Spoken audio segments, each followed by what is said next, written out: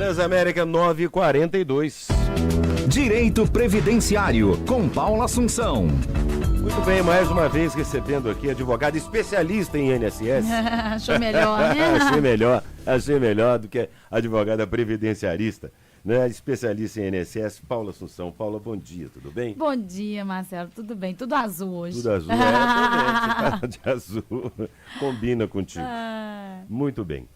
Nós vamos falar hoje de um assunto, né, que está na boca do povo aí, evidentemente, porque o cara é muito querido, né, uma referência, principalmente para nós do rádio, dos veículos de comunicação, uma referência, né, primorosa. O apresentador Fausto Silva, Faustão, de 73 anos, está esperando por um coração para transplante devido a um quadro de insuficiência cardíaca. E no Brasil, a fila de pacientes que aguardam por órgãos ou tecidos é única. Independe, né, Paula, de ser atendido na rede pública, rede privada. Pois é. Se você mora num barraco lá, ninguém sabe onde, ou se você mora na Vieira Solto, no Rio de Janeiro, você vai entrar na mesma fila.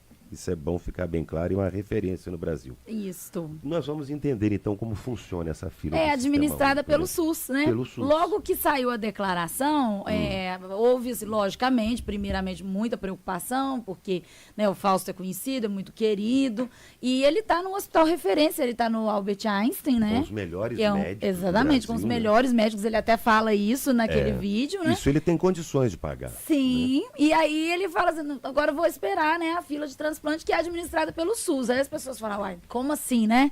O Faustão vai entrar na fila do SUS, ele vai ter preferência? Ele não vai ter preferência? Nossa, mas ele é conhecido nacionalmente, mundialmente, será que ele vai passar na frente por causa disso?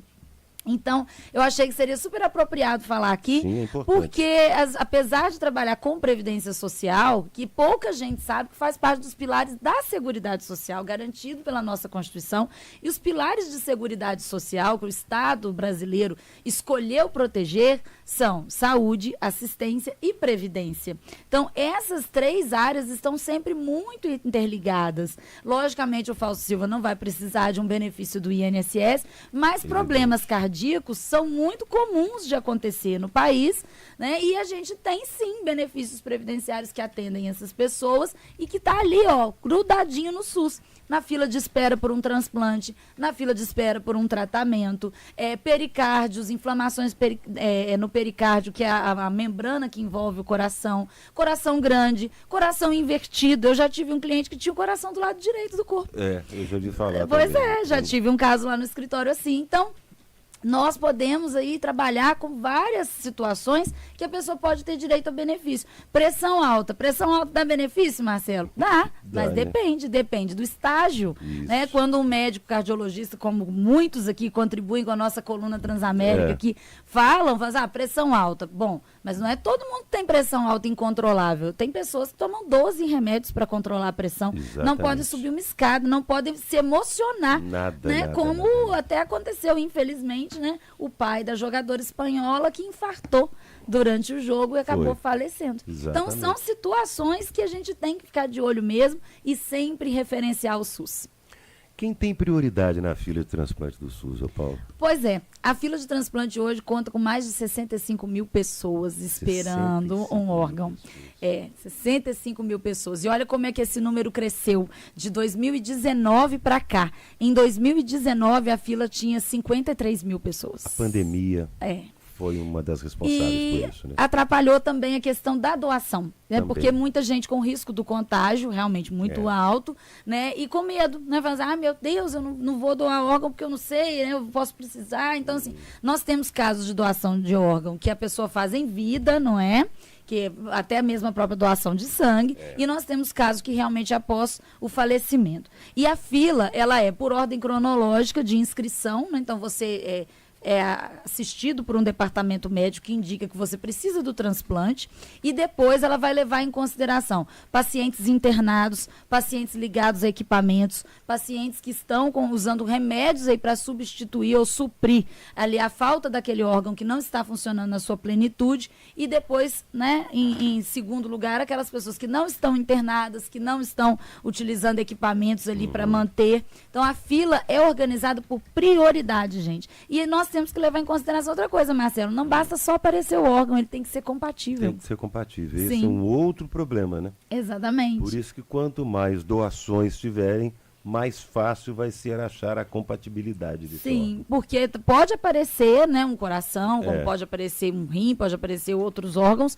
só que se ele não for compatível, a pessoa que vai estar lá em primeiro lugar, ela não vai poder fazer o transplante. E é administrado pelo SUS, né? Sim. Nós temos a referência, o estado de São Paulo, que concentra também o maior número de doadores de órgãos cadastrados no sistema único, mas nós temos também estados como o Paraná, que são referências. A questão de Minas Gerais, na questão de transplante e transporte do órgão para que ele chegue rapidamente em condições de uso, também Minas Gerais é inovador em relação a isso. E tudo administrado pelo Sistema Único de Saúde, que, como você falou, é universal. Universal. Totalmente universal. Gente, não tem preferência. Pode trazer o Príncipe Charles aqui. Se ele precisar de um transplante de órgão, ele vai entrar na fila, como todos nós. Não tem nenhum tipo de preferência, de favorecimento. A gente tem, sim, né, essa questão de que ele vai estar num hospital particular esperando pelo transplante. Ele tem um tratamento diferenciado, né? Sim. Ele tem possibilidade de bancar remédios, medicamentos e médicos que possam mantê-lo, né? Mais tempo na espera, né? No aguardo. E às vezes até medicamentos importados. Exatamente. Isso ele pode pagar. Mas o órgão em si não adianta, não vai fazer vantagem e diferença nenhuma. Isso é importante, até porque assim, tem muita máfia envolvida, né?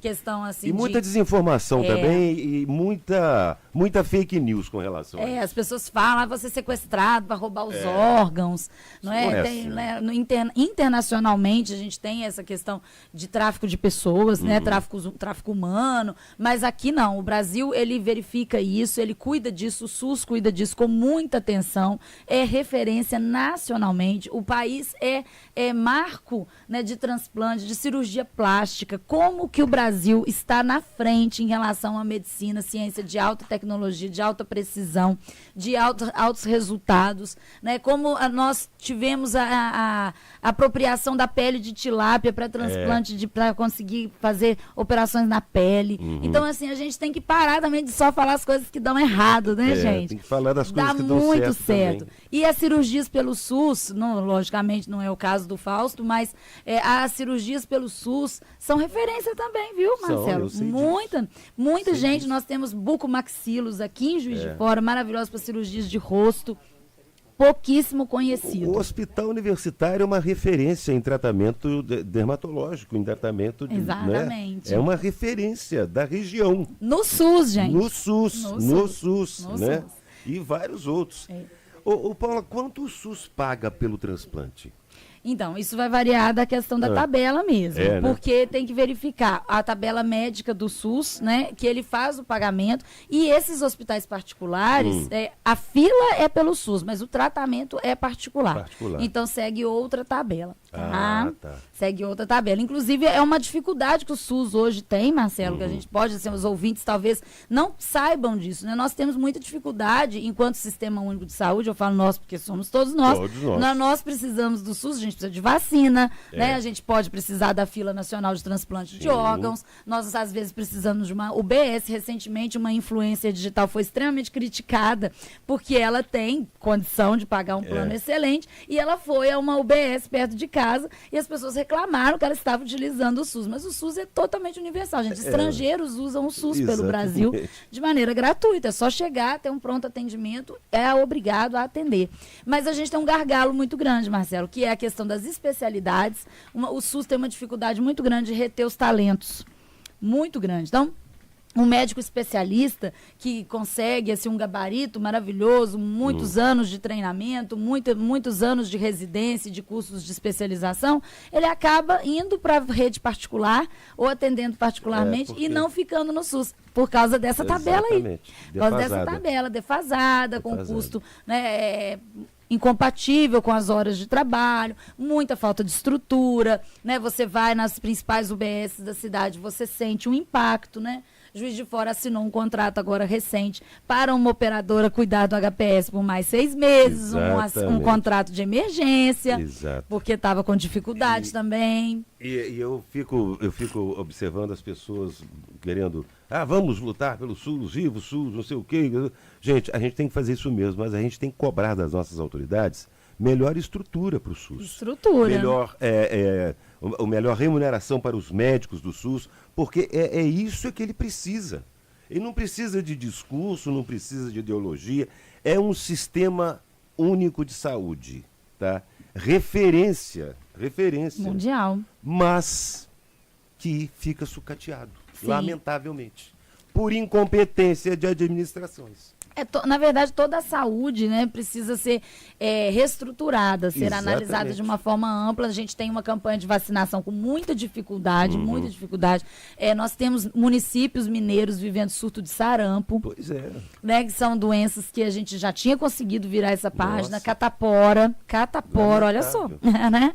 São situações que a gente ainda precisa reestruturar, restabelecer a confiança em relação às vacinas. Isso não veio só da pandemia, isso é um movimento que o Brasil tem feito de desacreditação das vacinas, de não levar, forçar também a campanha nas escolas, falar mais a respeito, o cuidado da saúde, o cuidado preventivo da saúde. Nesse ponto, a gente sempre faz a observação que as mulheres, né, elas até frequentam mais os médicos, elas realmente. Se cuidam mais. Mas quando a gente vai para uma área mais periférica, Marcelo, e aí a gente já tem muito mais dificuldade. Nós temos dificuldade de preventivo, nós temos dificuldade de mamografia, nós temos tudo. Nós temos dificuldade de fazer exames de alta complexidade. E aí fica difícil também fazer pelo SUS, que a fila de espera é muito grande, o gargalo é enorme. Exatamente. E acaba atrapalhando a pessoa que vai pegar o outro pilar da Seguridade Social, que é a Previdência, porque ela não consegue atualizar os exames, não é? Exatamente. Eu tive um caso essa semana, você vê, a semana teve 2 dias, segunda e terça. E a minha cliente lá está precisando de uma consulta com gastro, está com dificuldade de fazer a marcação e o exame, né, o laudo dela está desatualizado, a gente não consegue utilizar numa perícia porque o laudo está muito desatualizado. E ela não consegue outra consulta porque também, devido às próprias condições dela, ela não consegue ir lá para a fila para fazer a marcação. Não é tanto a realidade de Juiz de Fora, mas outros municípios ainda tem aquela fila que vai 4 horas da manhã para a fila, para conseguir uma consulta. Então, a gente tem que mesmo conversar sobre isso, atendimento primário. O SUS faz parte desse pilar da Seguridade Social, é direito social assegurado. Até a rede particular faz parte também. Né? Não é de maneira universal e gratuito, mas também faz parte dessa proteção social. Eu costumo dizer que a grande prova, inconteste, de que o SUS está sucateado e por culpa das administrações governamentais, é o aumento dos planos de saúde de clínicas particulares para atender de forma cooperativa. Muito. Nada contra os planos, nada contra, absolutamente. Mas isso é a prova inconteste. Sim. Porque se o SUS funcionasse como deveria funcionar, não haveria isso. Todos os profissionais estavam lá cadastrados no SUS. Todos estariam lá. Se fossem bem remunerados, se fossem tudo bem aparelhado, todos estariam lá. Essa é a prova maior. Né? Sim, falta insumos. Nada contra, absolutamente. Mas... A gente tem muitos problemas aí a serem sanados e, assim, é preciso que as pessoas reconheçam a grandiosidade do sistema, mas também sentem e reflitam sobre como fazê-lo funcionar. E, logicamente, nós, enquanto cidadãos, sabermos exatamente o que nós estamos cobrando, porque é um sistema muito caro. O sistema de saúde é um sistema caro. Nós temos hoje uma judicialização da saúde muito forte no Brasil, né, que é uma chuva de mandados de segurança. Nossa Senhora. Não é para conseguir leito, para conseguir remédio, para conseguir tratamento. Então, nós temos uma chuva de coisas que passam na frente e também isso acaba impactando no planejamento, Marcelo. Como que você vai pegar e planejar um orçamento da rede pública de saúde se de hoje para amanhã você tem que comprar um remédio que custa 300 mil reais, de hoje para amanhã você tem que comprar um outro remédio que custa 500 mil reais. E isso são situações que a gente precisa pensar enquanto cidadão, né? Precisamos cobrar e precisamos pensar em reestruturação. Aliás, você falou em judicialização da saúde, eu me lembrei, se me permita, porque não está dentro do tema, mas está dentro do tema judicialização, que diz respeito a você também, como advogada. Eu queria recomendar hoje, está aqui na Tribuna Livre do jornal Tribuna de Minas, não sei se você já teve a oportunidade de ler, um artigo do nosso querido professor Paulo Roberto de Gouveia Medina, que você conhece muito bem, professor emérito da UFJF, que escreve maravilhosamente bem, uma sumidade em conhecimento de leis, né?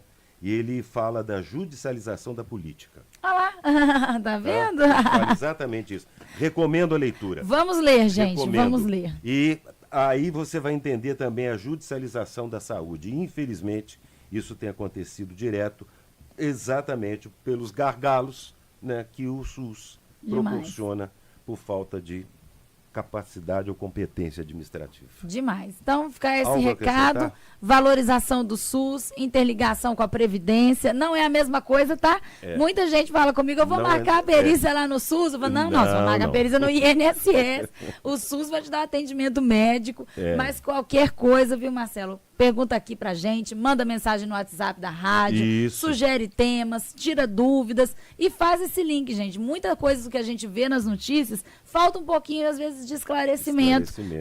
A notícia passa ali a informação e a pessoa fica com um monte de dúvidas daquela informação. Manda aqui pra gente que a gente resolve. SUS é o Sistema Único de Saúde. O INSS é o Instituto Nacional de Seguridade Social. Não é isso? É isso. Paula, obrigado mais uma vez. Até semana que vem. Até. Bom dia para todo mundo, gente. Até Boa mais. semana. Paula Assunção, mais uma vez, falando conosco aqui sobre o direito previdenciário. Direito Previdenciário, com Paula Assunção.